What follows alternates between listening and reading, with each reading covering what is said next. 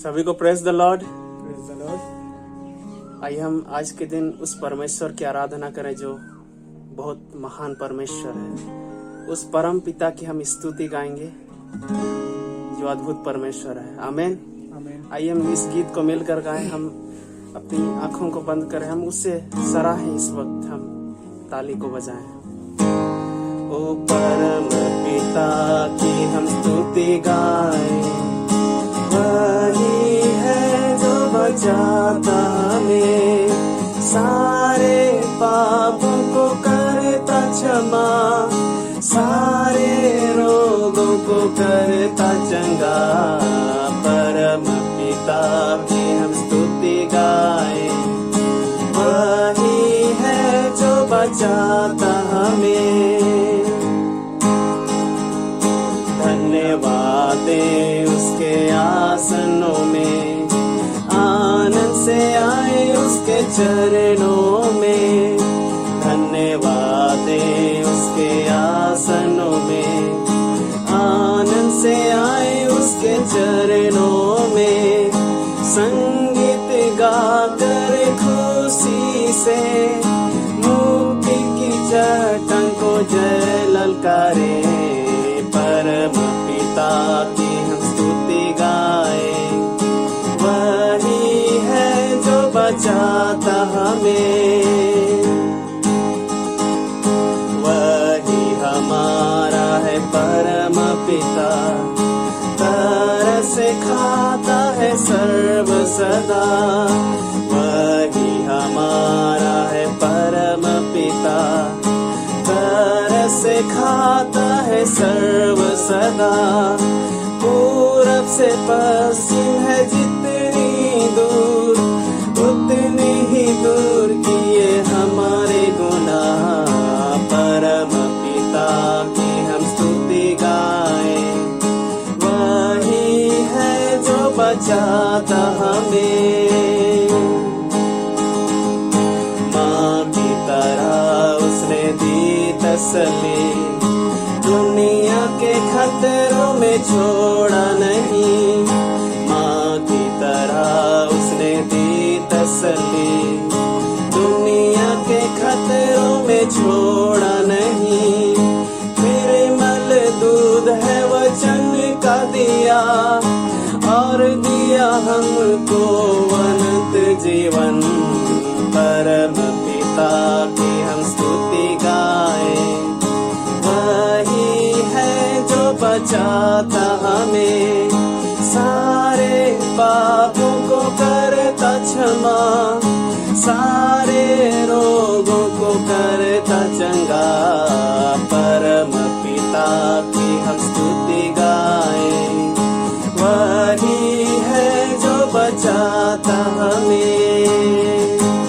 वो अद्भुत परमेश्वर, वो महान परमेश्वर, आइए हम उसकी आराधना करें।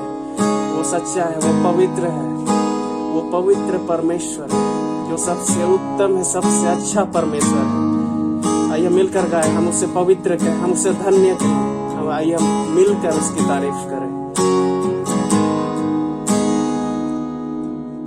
पवित्र तू, पवित्र तू, पवित्र Yeshu.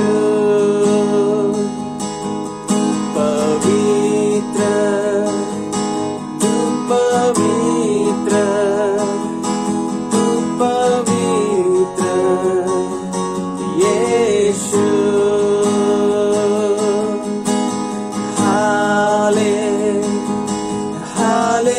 Hallelujah, hallelujah, hallelujah, hallelujah, hallelujah, hallelujah.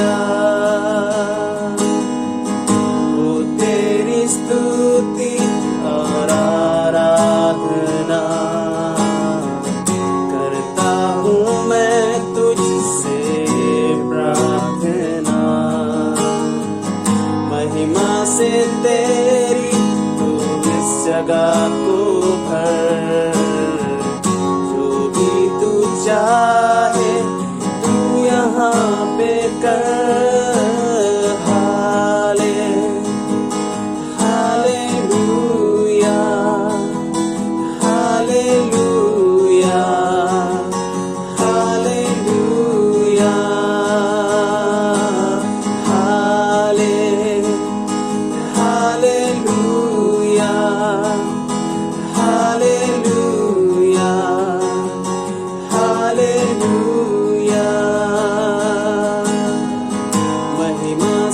तेरी नया दिन दिखाता है,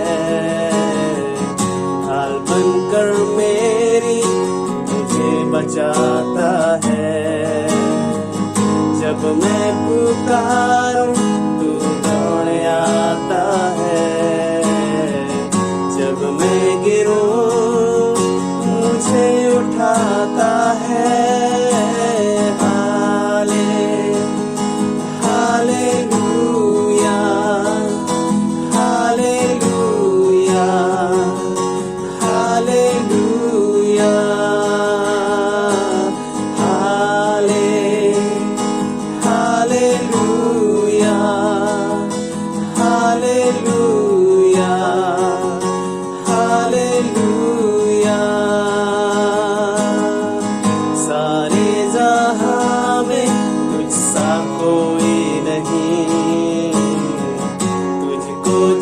कोई प्रभु है ही नहीं, घुटने में टेकूं बस तेरे सामने। तू है मेरा प्रभु, तू मेरा पिता।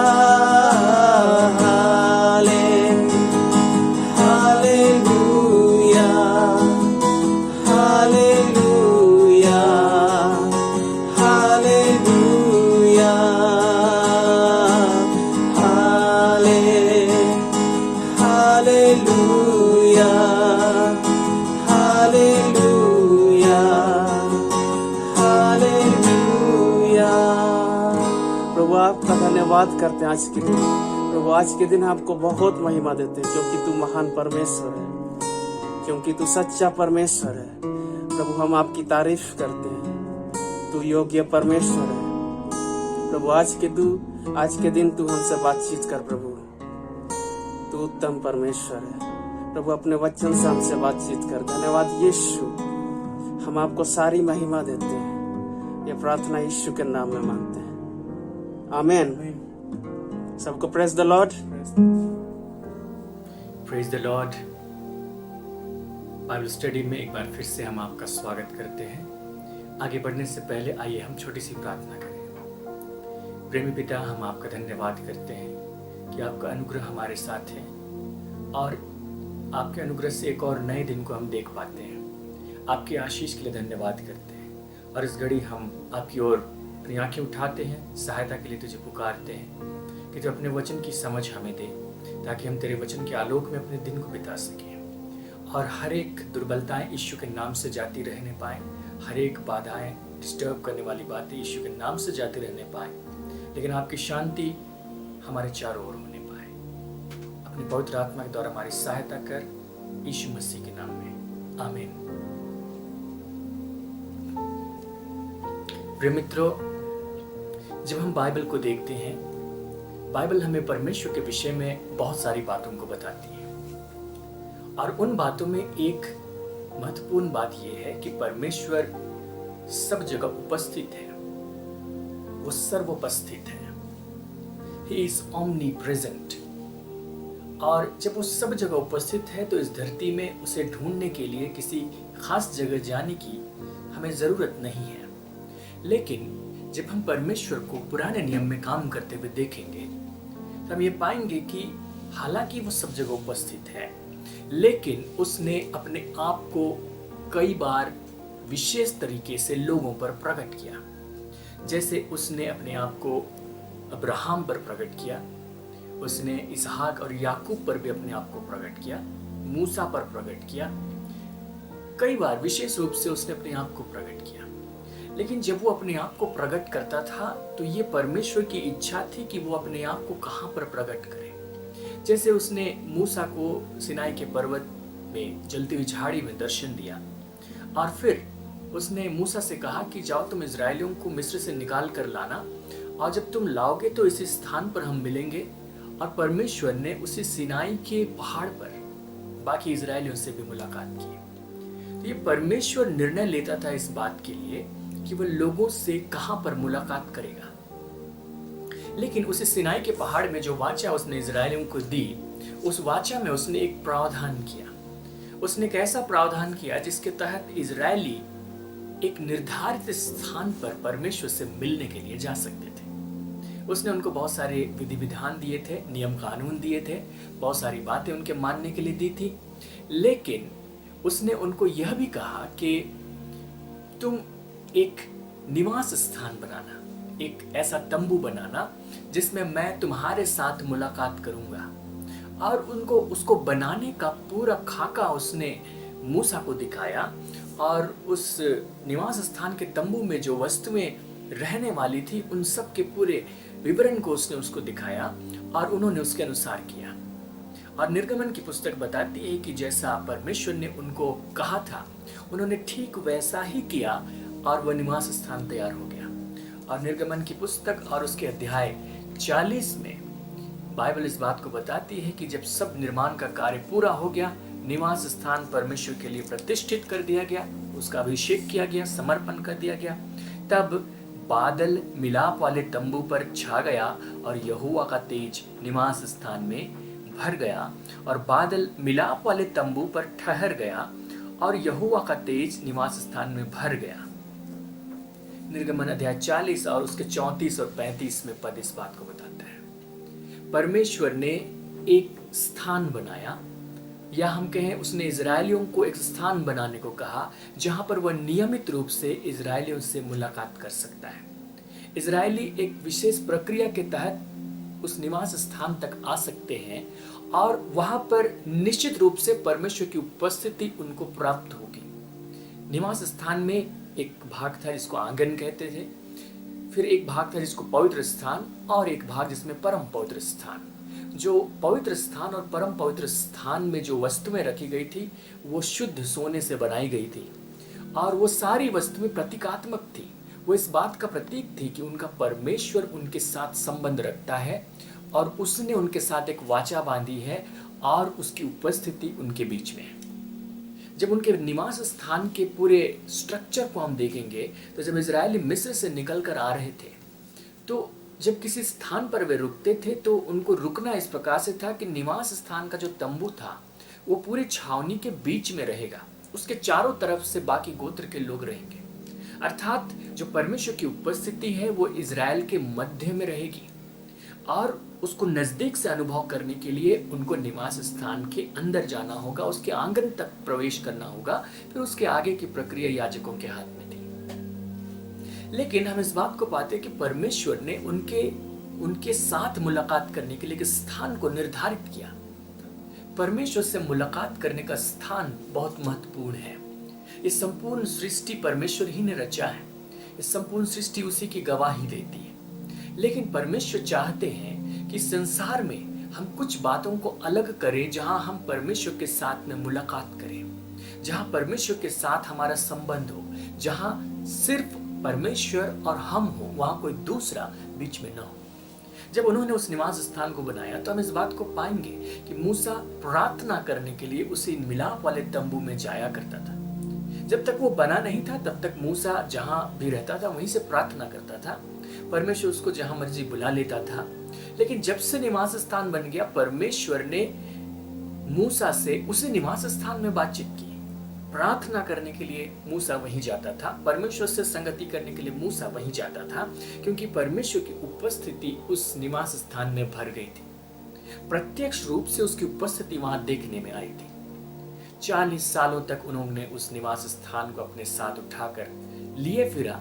एक दिन वे इजराइल के देश में प्रवेश कर गए। बाइबल बताती है कि जब वे इजराइल के देश में गए, निवास स्थान को उन्होंने शीलो नामक एक जगह में स्थापित किया, और काफी दिनों तक, लंबे समय तक शीलो परमेश्वर का निवास स्थान बना रहा, उसके मिलाप वाले तंबू का केंद्र बना रहा। लेकिन जो इज़राइल का राजा था दाऊद, उसके मन में आया कि क्यों ना मैं उसको उठाकर यरूशलेम में ले आऊं, क्योंकि परमेश्वर ने मुझे आशीष दी है, मैं महल में रहता हूं, परमेश्वर का निवास स्थान तंबू में है, तो क्यों ना उसके लिए भी एक पत्थरों से एक नक्काशीदार कुछ भवन बनाया जाए जिसमें वो रह सके। उसका जो स्ट्रक्चर होगा ठीक वैसा ही हो जैसा तंबू में था, बस वो भवन पत्थरों से बना हो। परमेश्वर ने उसको इजाजत नहीं दी, हालांकि उसके बेटे सुलेमान ने उस मंदिर को बनाया। जब आप उस मंदिर के इतिहास को देखेंगे तो जो सुलेमान का बनाया हुआ मंदिर है उसको फर्स्ट टेम्पल के नाम से जाना जाता है, क्योंकि वो इज़राइल का पहला मंदिर हुआ।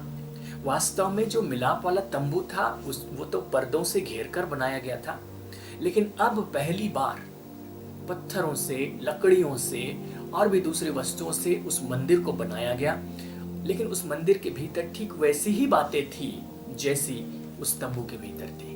और जिस दिन सुलेमान ने उस मंदिर का समर्पण किया, परमेश्वर का वचन इस बात को बताता है कि जिस प्रकार मिलाप वाले तंबू में परमेश्वर की उपस्थिति आई थी, ठीक उसी प्रकार परमेश्वर के उस मंदिर में, प्रथम मंदिर में परमेश्वर की उपस्थिति आ गई। वहां पर सुलेमान ने प्रार्थना की, वहां पर बलिदान किए गए और वहां पे वाचा के संदूक की प्रतिष्ठा की गई और वहां याजक उपस्थित थे। दूसरा इतिहास 5वां अध्याय गवाही देता है पद 11 से, जब याजक पवित्र स्थान से निकले, जितने याजक उपस्थित थे उन सबों ने अपने अपने को पवित्र किया था और अलग अलग दलों में होकर सेवा न करते थे।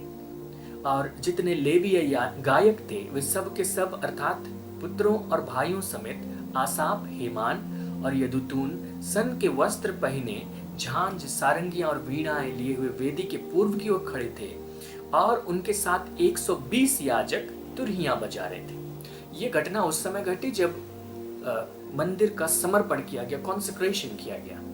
मंदिर बनाए जाने के बाद वहां की गतिविधियां अब शुरू की जा रही है, उद्घाटन हो रहा है।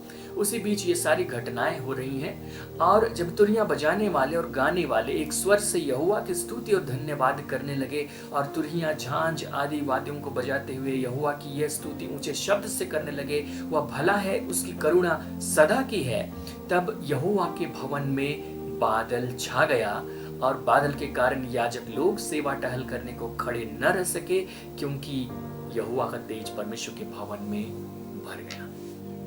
तो जो भवन सुलेमान ने बनवाया था परमेश्वर के लिए, उस भवन में भी परमेश्वर का तेज आकर भर गया। बादल के रूप में उसका तेज वहां पर दिखाई पड़ा। जो याजक वहां पर उसकी स्तुति करने के लिए खड़े थे, वे खड़े नहीं रह पाए।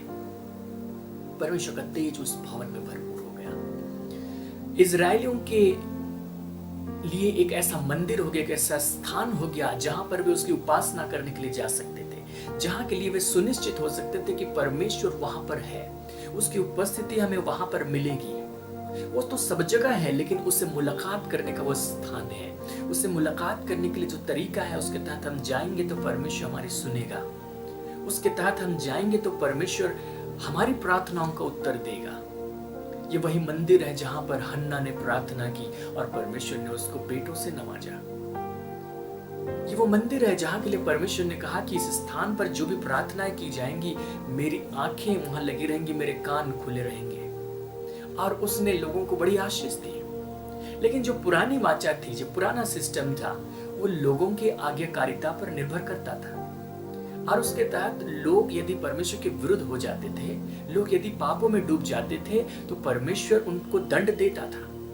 हालांकि लोगों का सोचना यह था कि जब परमेश्वर का मंदिर हमारे बीच में है तो हमें कौन सी समस्या हो सकती है। इसलिए वे मंदिर के रहने के कारण निश्चिंत हो गए और अपने पापों में पड़ गए और सोचने लगे कि चलो कोई बात नहीं, जब तक मंदिर यहाँ पर है तो हम सुरक्षित हैं। लेकिन परमेश्वर ने उनका भ्रम जल्दी ही तोड़ दिया। फिर ऐसा हुआ कि जो मंदिर यरूशलेम में था, वो मंदिर नष्ट होने के कगार पर आ गया।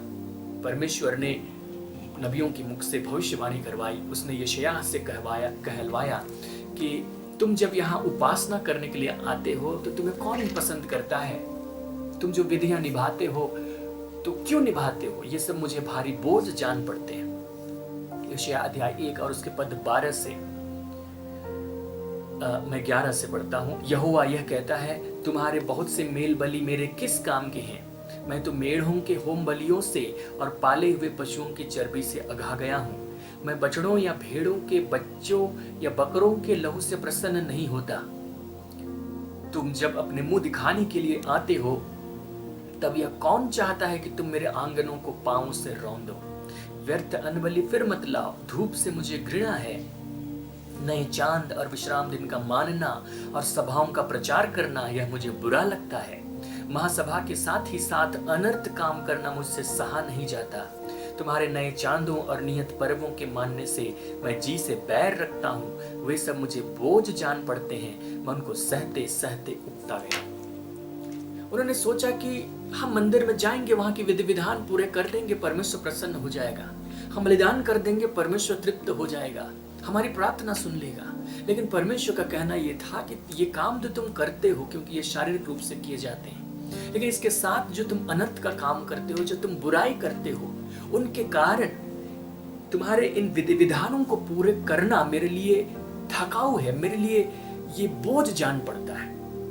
तो परमेश्वर ने जिस प्रक्रिया को उनके लिए ठहराया था, उसी प्रक्रिया के विषय उसने कहा कि ये मुझे बोझ जान पड़ता है क्योंकि इसके साथ में तुम बुरे काम करते हो।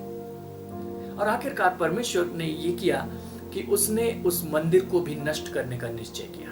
वो मंदिर जो लोगों के साथ में मिलाप का एक स्थान था, जहां पर परमेश्वर, दिव्यता और जहां पर मनुष्यता एक दूसरे के साथ मुलाकात कर सकते थे, जहां पर यह अद्भुत सहभागिता हो सकती थी, परमेश्वर ने उस मंदिर को नष्ट करने का निर्णय लिया।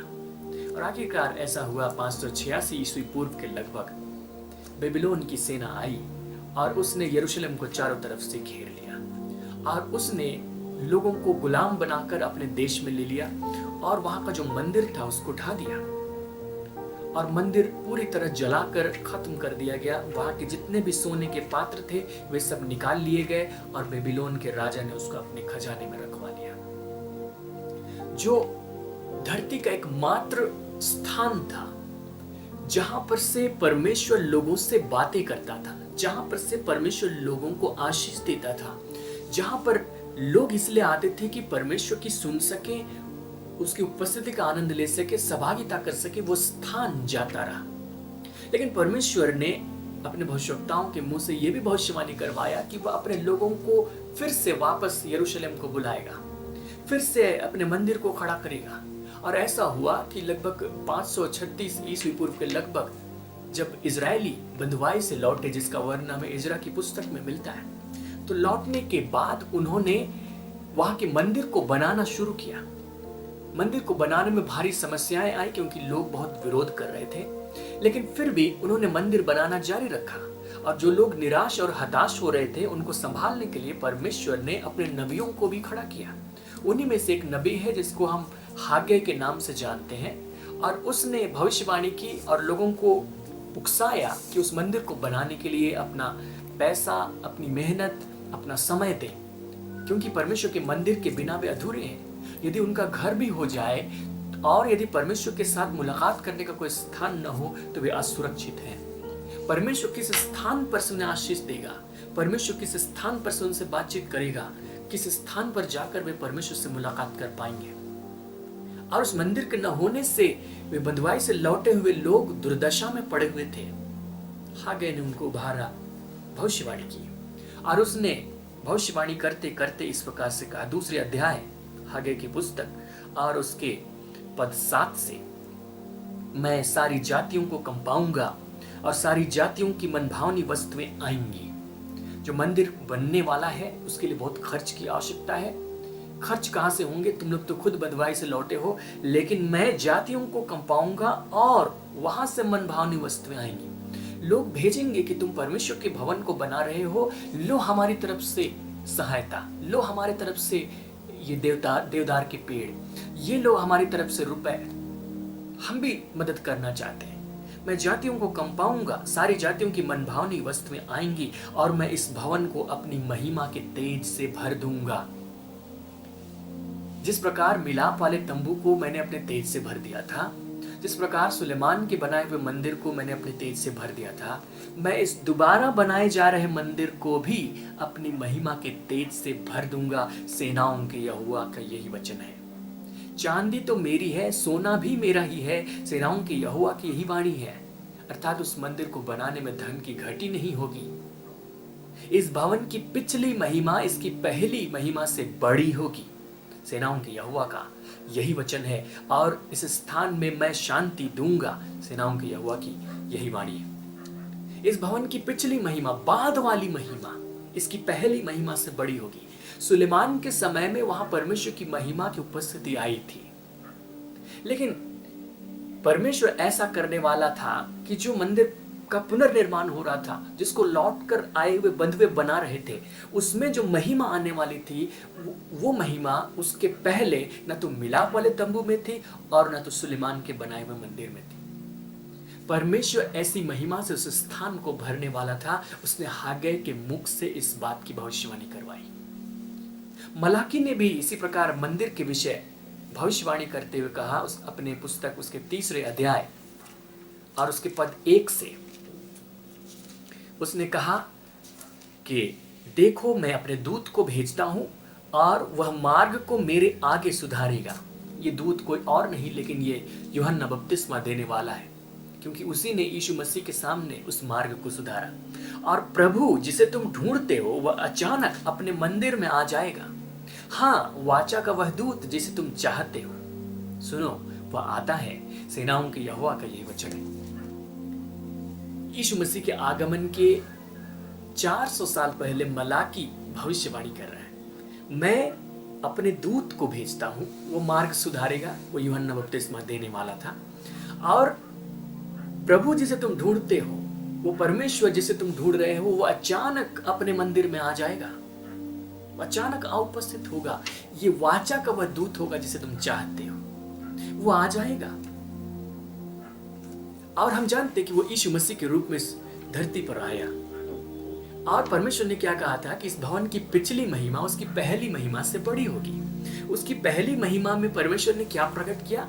वहां बादल छा गया, वहां तेज छा गया, वहां पर कुछ ऐसा वातावरण हो गया कि लोग वहां खड़े नहीं रह सके। लेकिन परमेश्वर की संपूर्ण उपस्थिति उस स्थान पर कभी व्यक्त नहीं हुई। लेकिन जब यीशु मसीह ने जन्म लिया, वो संपूर्ण परमेश्वर देहधारी रूप में उत्पन्न हुआ। परमेश्वर अपनी इस परिपूर्णता के साथ में एक देह लेकर उत्पन्न हुआ और उस परिपूर्णता के साथ में वो उस मंदिर में गया। जब बालक यीशु छोटा ही था, उसको अर्पित करने के लिए उसके माता पिता मंदिर में लेकर गए, जहां पर हन्ना नाम की नबिया जो 84 वर्ष से विधवा थी प्रार्थना करती थी, जहां पर शमौन नाम का व्यक्ति मसीह का इंतजार कर रहा था। उस मंदिर में मसीह को ले जाया गया। वो अचानक अपने मंदिर में उपस्थित हुआ। वो मंदिर एक ऐसी आशीष को देख पाया जो दूसरे मंदिर नहीं देख पाए। वहां परमेश्वर सशरीर उपस्थित हुआ। ऐसा मौका किसी दूसरे मंदिर को नहीं मिला था, ऐसा मौका किसी दूसरे निवास स्थान को नहीं मिला था, लेकिन इस दूसरे मंदिर को मिला जिसको बंधुओं ने लौट कर बनाया था, जिसको बनाने में बाद में हेरोद ने भी अपना समय व्यतीत किया था। कुल मिलाकर 46 साल उस मंदिर को बनाने में लगे थे। यीशु मसीह उस मंदिर में आया, लेकिन यीशु मसीह कई बार मंदिर में जाया करते थे। मंदिर उनके लिए धरती का केंद्र था। इज़राइल का जो देश था उसको परमेश्वर इतना प्रेम करता था कि वो कहता था कि वो दुनिया का केंद्र है। भौगोलिक रूप से नहीं, लेकिन यदि प्रेम की दृष्टि से देखें, चुनने की दृष्टि से देखें, तो परमेश्वर के लिए वही धरती का केंद्र है। और उस इज़राइल का जो केंद्र था वो था यरूशलेम, क्योंकि जो उसकी राजधानी थी वो यरूशलेम में थी। और उस यरूशलेम में जो केंद्र था वो उनका मंदिर, और जो मंदिर में जो उनका केंद्र था वो था परम पवित्र स्थान, जहां पर वाचा का संदूक था, जहां पर वाचा की 10 पट्टियां रखी हुई थी, जहां परमेश्वर की जीवंत उपस्थिति मौजूद रहती थी। लेकिन परमेश्वर ने वहां पर यीशु मसीह को भेजा, जो सशरीर उस मंदिर में गया और उस मंदिर ने परमेश्वर को अपने भीतर पाया। उस भवन की पिछली महिमा, बाद वाली महिमा पहले की महिमाओं से बहुत बढ़कर थी। परमेश्वर ने ऐसा अनुग्रह उस मंदिर के साथ किया लेकिन इसलिए कि वो मंदिर दूसरे लोगों के हवाले था, उन्होंने उस मंदिर में जो चाहा सो किया। सो आखिरकार यीशु मसीह फसह के पहले उस मंदिर में गए और उन्होंने वहां क्या देखा कि इस मंदिर को उन्होंने डाकुओं की खोह बना दिया है, और इसीलिए उन्होंने वहां बड़ा उलटफेर किया, बड़ी हलचल मचा दी। और उसके बाद उन्होंने कहा कि मेरे पिता का भवन प्रार्थना का भवन कहा जाएगा, ये लिखा गया था, लेकिन तुमने इसे डाकुओं की खोह बना दिया। और उसके बाद वहां के यहूदियों ने उनसे पूछा कि ये जो तुम उलटफेर का काम कर रहे हो, तुम जो बलिदान के पशु पक्षी हैं उनको भगा रहे हो, तुम कहना क्या चाहते हो, कौन सा चिन्ह है जो तुम दिखा रहे हो? यीशु ने उनको उत्तर दिया यूहन्ना 2 और उसके 19 में, इस मंदिर को ढा दो और मैं इसे 3 दिन में खड़ा कर दूंगा। उसने कहा इस मंदिर को ढा दो। जिन दिनों में यीशु मसीह ये बातें कह रहे थे, ठीक उन्हीं दिनों में यीशु मसीह ने यह भी कहा था कि ये जो तुम मंदिर देख रहे हो, पत्थर पर पत्थर देख रहे हो, इसमें पत्थर पर पत्थर भी न छूटेगा जो ढाया न जाए। देखिए वो जो मंदिर है वो बड़ा अद्भुत है। ये एक ऐसा मंदिर है जिसने परमेश्वर की ऐसी महिमा को देखा जो उसके पहले के किसी मंदिर ने नहीं देखा। लेकिन ये वो मंदिर है जो यीशु मसीह की तरफ से श्राप भी पा रहा है कि इसमें पत्थर पर पत्थर नहीं छूटेगा जो ढाया न जाए। 70 ईस्वी में वो मंदिर पूरी तरह से ढा दिया गया। 135 ईस्वी में उस मंदिर पर जो भी पत्थर छूटे हुए थे उनको हटाने के लिए हाथियों का इस्तेमाल किया गया। मंदिर पूरी तरह से ढा दिया गया, मंदिर नेस्तनाबूद कर दिया गया। लेकिन उसके साथ यीशु मसीह ने कहा था इस मंदिर को ढा दो और मैं इसे 3 दिन में खड़ा कर दूंगा। यीशु मसीह सांकेतिक रूप से अपनी तरफ इशारा कर रहे थे। उन्होंने कहा कि इस मंदिर के बनने में 40 साल लगे हैं, क्या तो उसे 3 दिन में खड़ा कर देगा? परंतु उसने अपनी देह के मंदिर के विषय में कहा था। मंदिर शिफ्ट हो रहा है यहां से वहां। पहले वो मिलाप वाला तंबू है जो शीलो में खड़ा किया गया, फिर वो यरूशलेम में सुलेमान के द्वारा बनाया गया मंदिर है, फिर उसको तोड़ दिया गया और फिर दोबारा बनाया गया लौटे हुए बंधुओं के द्वारा। वो मंदिर है जिसको हेरोदेस ने भी संवारा, जहां पर यीशु मसीह आया, फिर उसको तोड़ दिया जा रहा है। यीशु मसीह उसके टूटने की भविष्यवाणी कर रहे हैं और उसके साथ में वो मंदिर के जगह को बदल रहे हैं। उसने अपनी देह के विषय में कहा कि तुम इस मंदिर को ढा दो और मैं इसे 3 दिन में खड़ा कर दूंगा। ये जो पत्थर का मंदिर है ये हो गया, इसने अपना काम पूरा किया, मैं यहाँ आ चुका, जो भविष्यवाणी थी इसके संबंध में पूरी हो गई।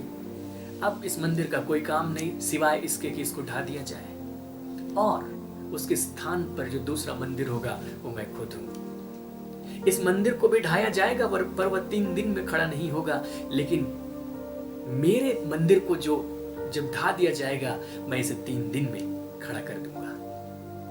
यीशु मसीह अपने कहे अनुसार तीसरे दिन मृतकों में से जी उठे।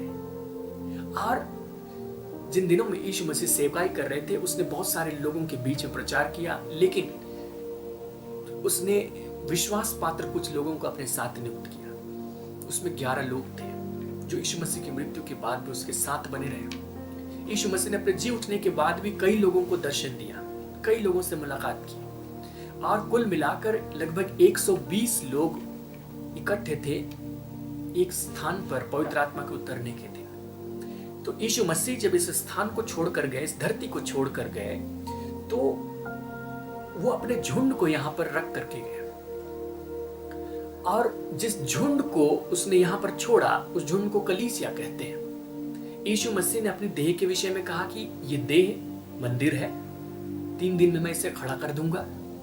लेकिन कुछ समय के बाद वो यहां से स्वर्ग में चला गया। अब यदि कोई व्यक्ति परमेश्वर से मुलाकात करना चाहता है तो कहां जाना पड़ेगा? यीशु मसीह के दिनों में तो जब किसी व्यक्ति को परमेश्वर से मुलाकात करनी है तो उसको यीशु के पास जाना होगा। यीशु में परमेश्वर बोलता था, पिता मुझ में रहकर अपने काम करता है, यीशु ने ऐसा कहा था। यीशु परमेश्वर का चलता फिरता हुआ मंदिर था जहां से परमेश्वर बातचीत करता था, अपने सारे काम करता था, अपनी सारी आशीष देता था, लोगों को क्षमा करता था, लोगों को ग्रहण करता था, सब आशीषें देता था। लेकिन अब यीशु मसीह यहां से जा रहे हैं, अब उसकी देह यहां से उठाई जाने वाली और वो चली भी गई। लेकिन जाते जाते उसने क्या किया? अपने झुंड को वहां पर छोड़ा, अपना झुंड वहां पर तैयार कर दिया और जो झुंड है वो कलीसिया है और प्रेरित पौलुस को ये प्रकाशन मिला कि जो कलीसिया है, जो इसके लोग हैं, वे अब इस संसार में परमेश्वर के मंदिर है। परमेश्वर का मंदिर शिफ्ट हो गया। अब वो शीलो में नहीं है, अब वो यरूशलेम में नहीं है, अब वो यीशु मसीह की देह के रूप में इस संसार में चल फिर नहीं रहा, लेकिन अब वो शिफ्ट होकर हम में आ गया।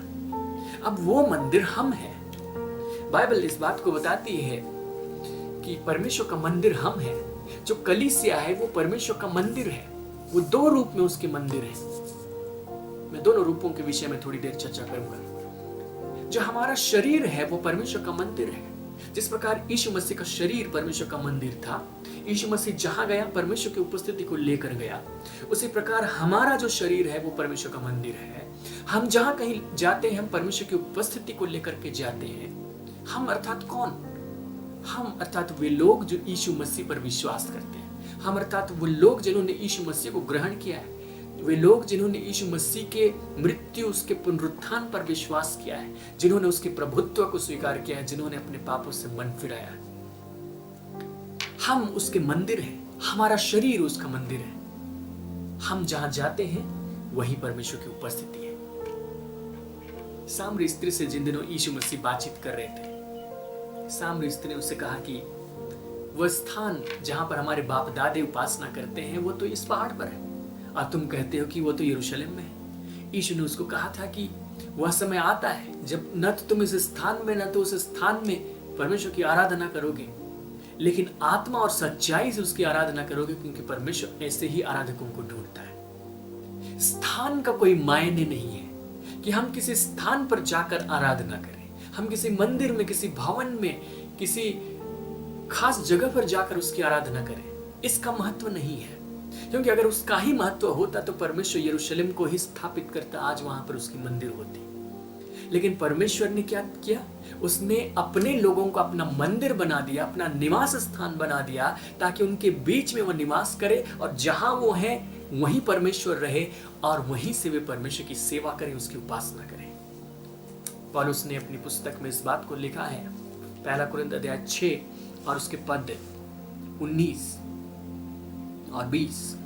क्या तुम नहीं जानते कि तुम्हारी देह पवित्र आत्मा का मंदिर है जो तुम में बसा हुआ है, और तुम्हें परमेश्वर की ओर से मिला है, और तुम अपने नहीं हो, क्योंकि दाम देकर मोल लिए गए हो, इसलिए अपनी देह के द्वारा परमेश्वर की महिमा करो। जो हमारी देह है वो वास्तव में परमेश्वर का मंदिर है, और परमेश्वर जो हमारे भीतर निवास करता है वो अपनी आत्मा के द्वारा निवास करता है। जिस झुंड को यीशु मसीह छोड़ करके गए थे, उस झुंड को उसने कहा था कि तुम पिता के उस प्रतिज्ञा के पूरे होने की बाट जोहते रहो, जिसकी चर्चा मैंने तुमसे की थी। वो झुंड इंतजार करता रहा, वो झुंड प्रार्थना करता रहा। पिंतीकोस्त के दिन में आखिरकार पवित्र आत्मा उस झुंड पर उतर आया, और वे पवित्र आत्मा से भर गए। परमेश्वर अपने पवित्र आत्मा के द्वारा अपने मंदिरों में निवास करता है। हमारा जो शरीर है वो परमेश्वर का निवास स्थान है, जिसमें वो अपनी आत्मा के द्वारा निवास करता है। ये परमेश्वर का निवास स्थान है। मैं इसके कॉन्सिक्वेंस में थोड़ी देर में आने वाला हूं, लेकिन मैं एक और प्रकार के मंदिर के विषय में थोड़ी देर चर्चा करना चाहता हूं। हमारी देह परमेश्वर का मंदिर है, इसमें कोई शक की बात नहीं, लेकिन हम एक दूसरे रूप में, कलीसिया के रूप में परमेश्वर का मंदिर है। मैं इस दिशा में आपको लेकर जाना चाहता हूं। पहला कुरिन्थ में ही 3 अध्याय और उसके पद 16 और 17 यहाँ लिखा है, क्या तुम नहीं जानते कि तुम परमेश्वर का मंदिर हो और परमेश्वर का आत्मा तुम में वास करता है? जब हम कुरिन्थ के पत्री को पढ़ते हैं शुरू से ही, वहां पर एक समस्या दिखाई देती है, फूट की समस्या। और प्रेरित पौलुस 3 अध्याय तक लगातार वहां जो फूट की समस्या थी, फूट पड़ी हुई थी, विभाजन था, उसी समस्या को संबोधित करते हैं। और वो इस बात को कहते हैं कि हम परमेश्वर की रचना है, हम परमेश्वर के बिल्डिंग हैं। जैसे 3 अध्याय के पद 9 में लिखा कि तुम परमेश्वर की खेती और परमेश्वर की रचना हो। उसके इंग्लिश में शब्द है, ये आर बिल्डिंग ऑफ गॉड। हम परमेश्वर की रचना है, एक ऐसी इमारत जो उसने बनाई है। और पद 16 में उसने कहा, क्या तुम नहीं जानते कि तुम परमेश्वर का मंदिर हो? जब हम हिंदी में पढ़ रहे हैं वहां लिखा है तुम, इंग्लिश में लिखा है यू, और उसको पढ़ने से ये पता नहीं चलता कि ये बहुवचन है या एक वचन है। लेकिन जब हम यूनानी में जाते हैं तो वहां पर वो बहुवचन है। हम ऐसा कह सकते, क्या तुम लोग नहीं नहीं जानते कि तुम लोग परमेश्वर का मंदिर हो? और यहाँ जिस मंदिर की चर्चा है वो अलग अलग मंदिर नहीं है। जब हम अपनी देह के विषय में कहते हैं तो मेरी एक देह है, आपकी एक देह है, सबकी अपनी अपनी देह होती है। तो मेरी देह परमेश्वर का मंदिर है, आपकी देह परमेश्वर का मंदिर है, आपकी देह परमेश्वर का मंदिर है, सबकी देह परमेश्वर का मंदिर है। तो बहुत सारे मंदिर हो गए। लेकिन जब वो यहां पर कहता है क्या तुम नहीं जानते या तुम लोग नहीं जानते कि तुम परमेश्वर का मंदिर हो? जब हम इंग्लिश में पढ़ते हैं लिखते हैं नो ये नॉट दैट ये are the temple of God, ये are the temple of God. तुम परमेश्वर का मंदिर हो। अगर वहां काफी सारे ढेर सारे मंदिर होते तो वो कहता तुम परमेश्वर के मंदिर हो। हम परमेश्वर के मंदिर शरीर में अलग अलग रूप में जरूर हैं, लेकिन कलीसिया के रूप में, पूरे समुदाय के रूप में हम परमेश्वर का एक मंदिर है। इसी एकता को कुरिन्थ के लोग तोड़ रहे थे। पौलुस के नाम पर, अपुल्लोस के नाम पर, कैफा के नाम पर जिस विभाजन को वो रोकना चाहता था, और इसलिए उसने इस पद को लिखा और उसने कहा कि यदि कोई परमेश्वर के मंदिर को नष्ट करेगा तो परमेश्वर उसे नष्ट करेगा, क्योंकि परमेश्वर का मंदिर पवित्र है और वह तुम हो। इस मंदिर को विभाजित न किया जाए, इसकी एकता बनी रहने पाए। और ये जो मंदिर है, परमेश्वर इसमें कैसे निवास करता है, इफिसियों की पत्री में हम देखते हैं, उसके दूसरे अध्याय और इसके 19 पद से यहां पर पूरा मंदिर के निर्माण का वर्णन है। अगर मंदिर है तो जरूर नींव होगी, जरूर उसमें दीवार होंगे, और ऐसा ही यहाँ पे वर्णन है, उसी से तुलना की गई है। इफिसी 2:19 से, इसलिए तुम अब विदेशी और मुसाफिर नहीं रहे, परंतु पवित्र लोगों के संगी, स्वदेशी और परमेश्वर के घराने के हो गए। क्योंकि इफिसी के लोग पहले अन्य जाति थे, परमेश्वर से दूर थे, लेकिन अब यीशु के सुसमाचार पर विश्वास करने के द्वारा अब वे विदेशी नहीं रहे, मुसाफिर नहीं रहे, लेकिन पवित्र लोगों के संगी, स्वदेशी हो गए और परमेश्वर के घराने के हो गए। इसके साथ और प्रेरितों और भविष्यवक्ताओं की नींव पर, जिसके कोने का पत्थर मसीह यीशु स्वयं ही है, बनाए गए हो। नींव में भी पत्थर ऑलरेडी लगे हुए हैं, उसी में तुम भी बनाए गए हो, एक पत्थर के रूप में तुम भी लगाए गए हो, जिसमें सारी रचना एक साथ मिलकर प्रभु में एक पवित्र मंदिर बनती जाती है। सारी रचना एक साथ एक पवित्र मंदिर बनती जाती है। प्रेरित है, भविष्यवक्ता है, कोने का पत्थर स्वयं यीशु मसीह है, उसमें आप भी हैं, मैं भी हूं, सब एक एक पत्थर के समान वहां पर लगे हैं, और कुल मिलाकर जो स्ट्रक्चर बन रहा है, जो इमारत बन रही है, वो एक मंदिर बन रहा है। हर एक पत्थर अपने आप में एक मंदिर है, क्योंकि हमारा शरीर परमेश्वर का मंदिर है, लेकिन हम सम्मिलित रूप से भी परमेश्वर के एक मंदिर है। और जिसमें लिखा है, जिसमें तुम भी आत्मा के द्वारा परमेश्वर का निवास स्थान होने के लिए एक साथ बनाए जाते हो। जिसमें तुम भी आत्मा के द्वारा परमेश्वर का निवास स्थान होने के लिए, जो अनुवाद है वो बड़ा अस्पष्ट अनुवाद है। उसका जो अर्थ है, जो अंग्रेजी में दिया गया है और दूसरे अनुवादों में, मैं उस अर्थ को आपको बताना चाहता हूँ। वो अर्थ ये है कि जिसमें परमेश्वर अपनी आत्मा के द्वारा निवास करता है, तुम वो स्थान बनाए जा रहे हो। ये जो सामूहिक रूप से एक मंदिर है, पूरी कलीसिया एक मंदिर है। इस कलीसिया के भीतर भी तो किसी को होना चाहिए, मंदिर खाली तो नहीं रह सकता। अगर वो मंदिर है तो उसमें ईश्वर होना चाहिए, और वो निवास करने की जो प्रक्रिया परमेश्वर अपनी आत्मा के द्वारा करता है। सो जो कलीसिया संसार में है, वो कलीसिया इस संसार में एक पवित्र मंदिर के समान है। वो प्रेरितों और भविष्यवक्ताओं की नींव पर खड़ी है। वो ऐसा मंदिर है जिसके कोने का पत्थर स्वयं यीशु मसीह है, और सारे विश्वास करने वाले लोग उस मंदिर के एक एक भाग हैं, एक एक पत्थर है, एक एक छोटे छोटे पत्थर हैं, उसमें लगे हुए पत्थर हैं, और परमेश्वर अपनी आत्मा के द्वारा उस कलीसिया में निवास करता है। तो हम लोगों ने दो चीज को देखा। यीशु मसीह के जाने के बाद जो हम व्यक्तिगत रूप से, जो हम अपने अपने शरीरों के साथ में रहते हैं, हमारा शरीर परमेश्वर का मंदिर है, परमेश्वर की उपस्थिति हमारे साथ में है, और सामूहिक रूप से कलीसिया के रूप में हम परमेश्वर का मंदिर है, परमेश्वर वहां पर अपनी आत्मा के द्वारा निवास करता है। तो जब ऐसी स्थिति है तो हम लोग बड़े लाभ वाली स्थिति में हैं। हमें एक विशेष स्थान में जाने की जरूरत नहीं है परमेश्वर से मुलाकात करने के लिए। हम जहां पर हैं हम वही परमेश्वर से मुलाकात कर सकते हैं, क्योंकि हम ही परमेश्वर का मंदिर है। लेकिन जरा इसकी जो विहंगमता है उस पर गौर कीजिए। ये एक ऐसा स्थान है जहां पर हमारी और परमेश्वर की सहभागिता अलग नहीं होती, क्योंकि हम कहाँ रहते हैं? हम अपने शरीर में रहते हैं। हम व्यक्तिगत रूप से अगर हम अपने आप को देखें तो हम आत्मा है जो शरीर में निवास करते हैं। और जब हम शरीर में निवास करते हैं तो शरीर के अंदर में ही हम हैं, और ये जो शरीर है वो परमेश्वर का मंदिर है। तो परमेश्वर अपने आत्मा के द्वारा शरीर के भीतर ही रहता है। तो इस शरीर के भीतर दो लोग हैं जो एक दूसरे के साथ मुलाकात करते हैं, एक दूसरे के साथ सहभागिता करते हैं, एक दूसरे के साथ में संबंध रखते हैं। उन दो लोगों में से एक व्यक्ति है परमेश्वर जो अपनी आत्मा के द्वारा हमारे भीतर काम करता है, और एक व्यक्ति है हम जो अपनी आत्मा के द्वारा हम अपनी आत्मा में यहाँ पर रहते हैं। सो परमेश्वर और हमारा मिलन हमारे शरीर के भीतर में होता है। तो हमारा शरीर एक विशेष स्थान है, हमें अपने शरीर को विशेष रूप से ध्यान देना चाहिए। जब हम परमेश्वर के मंदिर को देखते हैं तो हम उसको सामान्य उपयोग में लाते हुए नहीं देखते। वो एक समर्पित किया हुआ स्थान है, वो एक ऐसा स्थान है जहाँ पर सारी वस्तुएं पवित्र होनी चाहिए, जहाँ पर सारी वस्तुएं परमेश्वर को महिमा देती हुई होनी चाहिए।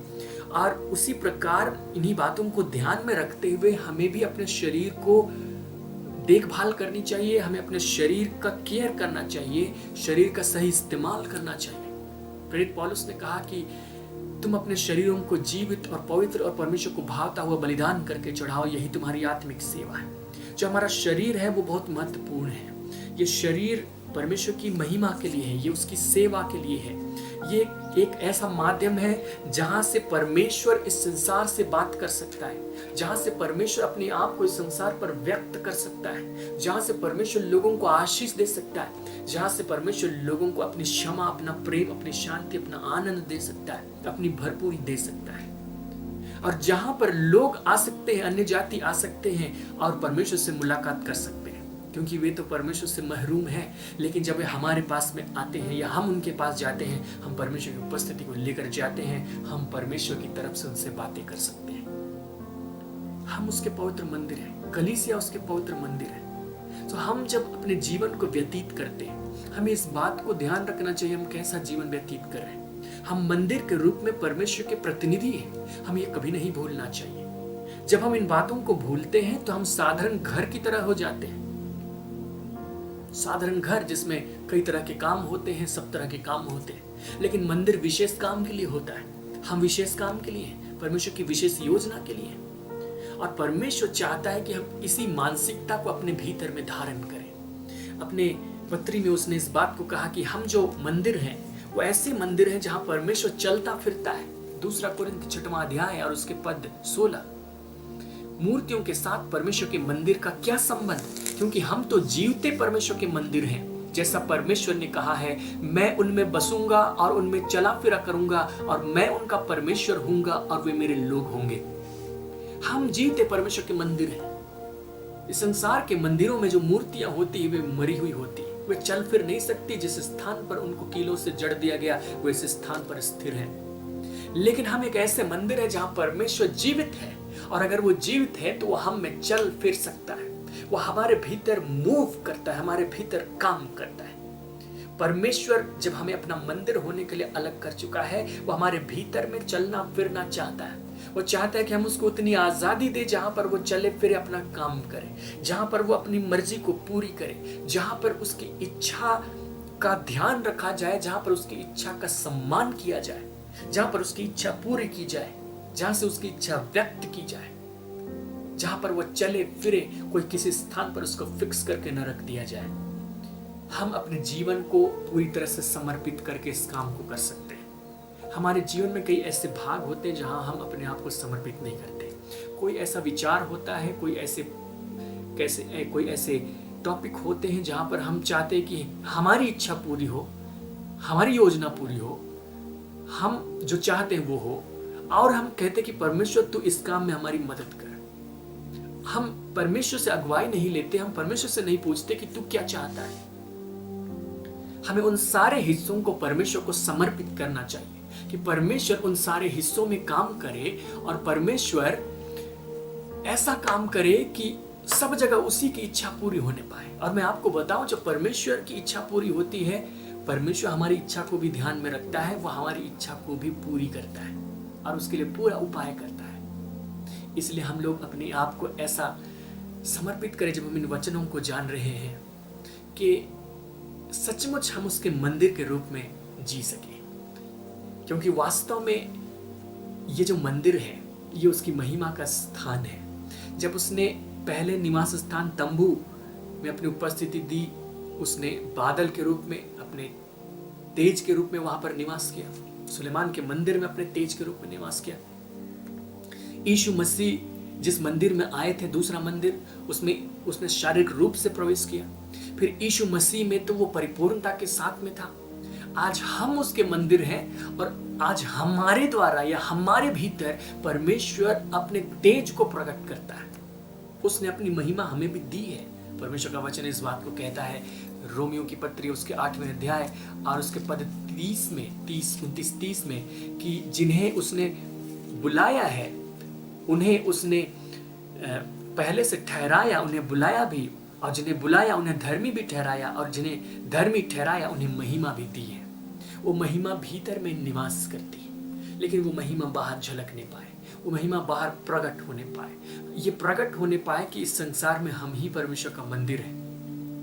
इस संसार में कलीसिया ही परमेश्वर का मंदिर है। इस संसार में कलीसिया ही वो झुंड है जिनके बीच में परमेश्वर है, बाकियों के बीच परमेश्वर नहीं है। ये अंतर और भी अधिक स्पष्ट हो जाए, ये अंतर और भी अधिक गहरा हो जाए। हमारा एक एक व्यवहार, एक एक प्रयास, एक एक काम, एक एक बातचीत, एक एक व्यवहार इसी दिशा में होने पाए कि हम उस अंतर को और गहरा कर सकें। संसार और हमारे बीच का अंतर और गहरा होता चला जाए। जिस प्रकार दूसरे भवन और जो मंदिर है उनके बीच का स्पष्ट अंतर होता है, वही अंतर हमारे जीवन और लोगों के जीवन में होने पाए। हम लोगों के समान ढलने के द्वारा अंतर नहीं बना सकते। हम लोगों को बहुत सारे काम करते हुए देखते हैं, हम उनको फॉलो करते हैं। जो ट्रेंड चलता है हम उसके पीछे चलते हैं, जो फैशन चलता है हम उसके पीछे जाते हैं। लेकिन हमें इस बात को ध्यान रखना चाहिए कि हम संसार के अनुसार न चले। संसार जिस प्रकार, जिस गति में, जिस दिशा में, जिस धारा में बह रहा है, हम उसमें न जाएं, लेकिन हम अपनी दिशा तय करें, अपने रुख में कायम रहें और एक स्पष्ट अंतर दिखने पाए कि संसार और हम में एक बड़ा अंतर है, क्योंकि हम परमेश्वर के मंदिर हैं। इस संसार को जब आप देखें, यहाँ निराशा ही निराशा है, यहाँ बेकारी है, यहाँ पर लोग परेशान हैं, आशाहीन हैं। उनको आशा चाहिए, वो आशा पाने के लिए कहाँ जाए? वो भवनों में जाते हैं, बिल्डिंग्स में जाते हैं, तीर्थ स्थान में जाते हैं, कई जगहों पर जाते हैं, पर उनके लिए कोई आशा कहीं पर जीवित रूप में उपलब्ध नहीं। वास्तव में वो आशा हमारे द्वारा उन तक पहुंच सकती है। इसलिए हम अपने आप को मंदिर के रूप में स्थापित करें। कलीसिया जो लोगों का समूह है, विश्वासियों का समूह है, वो अपने आप को मंदिर के रूप में स्थापित करें। इस लॉकडाउन के समय में ऐसा हुआ कि कलीसिया झुंड के रूप में चर्च बिल्डिंग में इकट्ठी नहीं हो पाती है। लेकिन ये बात समझने की है कि जो चर्च बिल्डिंग है वो परमेश्वर का मंदिर नहीं है। वो तो एक आराधना करने का स्थान है जहाँ सामूहिक रूप से हम आराधना कर सकते हैं, ज्यादा लोग समा सकते हैं, क्योंकि एक घर में थोड़े लोग समा सकते थे। लेकिन वास्तव में जो मंदिर है वो हम हैं। और इसलिए जब हम घरों के अंदर हैं, जब हम अलग अलग हैं, तो ये नहीं कि हम मंदिर नहीं जा पा रहे हैं, मंदिर कहीं और है, हम उससे अलग हो गए, दूर हो गए, नहीं। हम अपने घर में हैं, हम ही परमेश्वर के मंदिर हैं, और यहीं पर हम अपने आप को ऐसा निखार सकते हैं कि जब हम यहाँ से निकले, संसार का सामना करें, तो हम वास्तव में उसकी महिमा को यहाँ प्रकट करने वाले हो जाएं। मेरी प्रार्थना है कि हम में से प्रत्येक जन इस बात को गहराई से समझे और वाकई में उस जीवन को जी सके जिसके लिए परमेश्वर ने हमें बुलाया। परमेश्वर के मंदिर का बहुत बड़ा काम है, बहुत बड़ा फंक्शन है। परमेश्वर हम पर डिपेंड करता है किन्हीं बातों के लिए। ऐसा नहीं है कि उसको डिपेंड करना जरूरी था, लेकिन उसने अपने संप्रभुता में, अपनी सॉवरेनिटी में इस बात को ठहराया कि वो मनुष्यों के द्वारा काम करे, अपने लोगों के द्वारा काम करे। वो हमारे द्वारा काम करना चाहता है, वो हमारे द्वारा अपने आप को व्यक्त करना चाहता है। और ये व्यक्त करना तब तक पूरी तरह से सफल नहीं होगा जब तक हम अपनी तरफ से अपनी इच्छा को नहीं देंगे, हम अपनी तरफ से अपना पूरा समर्पण नहीं देंगे। हम लोग प्रार्थना करें कि परमेश्वर हमारे जीवन में काम करे और हम उसके आशीष इस संसार में ला सके, उसका उद्धार इस संसार में ला सके, छुटकारा ला सके। आइए हम लोग प्रार्थना करें। प्रेमी पिता, हम धन्यवाद करते हैं आपके अनुग्रह के लिए, क्योंकि तूने हमारे जीवन को एक उत्तम मुकाम पर पहुंचाया है जिसके हम काबिल नहीं थे।